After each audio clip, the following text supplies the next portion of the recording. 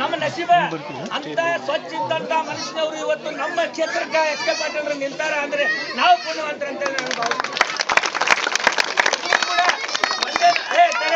ಇದನ್ನು ಕೂಡ ಒಂದೇ ನೋಡಿ ಹೇಳ್ತೀನಿ. ನಮ್ಮ ದೊಡ್ಡ ಗೌಡರು ಇದ್ದಾಗ ನಾ ಸಣ್ಣವಿದ್ದೆ ಗಾಡಿ ಹಿಡ್ಕೊಂಡು ಹಿಡ್ತಿದ್ರು. ಅವಾಗ ಅವ್ರು ಸ್ವಚ್ಛತೆ ಹಾಡಿದ್ರು. ಅದು ನನಗೆ ನೆನಪೈತಿ ಹಾಡಿದ್ದು.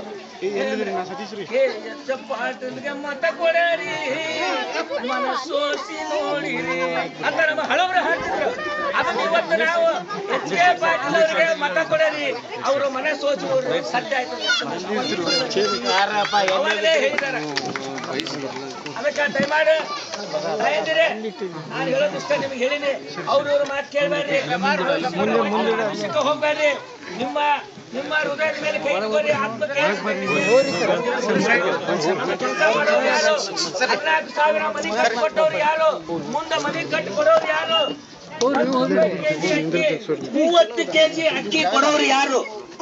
ನೀವು ನೋಡಿದ್ರೆ ಹಿಂದಿನ MLA ಯಾರಂತ ಒಬ್ರು ಕರ್ಕೊಂಡ್ ಬಂದಿದ್ದು ಒಬ್ರು ಗೊತ್ತಿರೋದಿಲ್ಲ ನೀವು ಅವ್ರಿಗೆ. ಅವ್ರು ಯಾರಂತ ಗೊತ್ತು ಕೂಡ ಇಲ್ಲ. ಅದಕ್ಕೆ ನಾನು 2ನೇ ಸಲ ನಮ್ಮ ಮನೆಯವರಿಗೆ ಆಶೀರ್ವಾದ ಮಾಡಿದ್ದೀನಿ.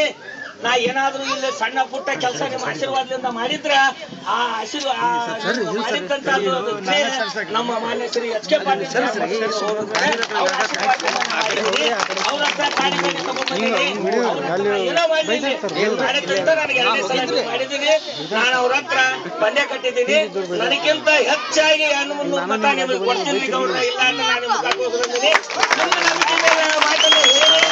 ದಯಮಾಡಿ ತಾಯಂದ್ರೆ ನಾನು ನಿಮ್ಮ ಮನೆ ಯಾವ ಮನೆನೂ ಅರೆದಲ್ಲಿ ಇಲ್ಲಿ ಕೂತವ್ರು. ನಾನು ಎಲ್ಲಾ ಮನ್ಯಾಗ ಹೋಗ್ತೀನಿ, ಎಲ್ಲಾರ ಮನ್ಯಾಗ ಚಾ ಕುದಿರ್ತೀನಿ.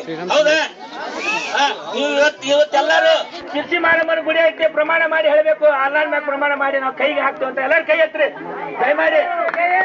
ಎಲ್ಲರೂ ಆ ಜೋರ್ ಮ್ಯಾಗ ಪ್ರಮಾಣ ಮಾಡಿ ಹೇಳ್ಬೇಕು ನೀವು. ಮೂರನೇ ನಂಬರ್ ಇದೆ.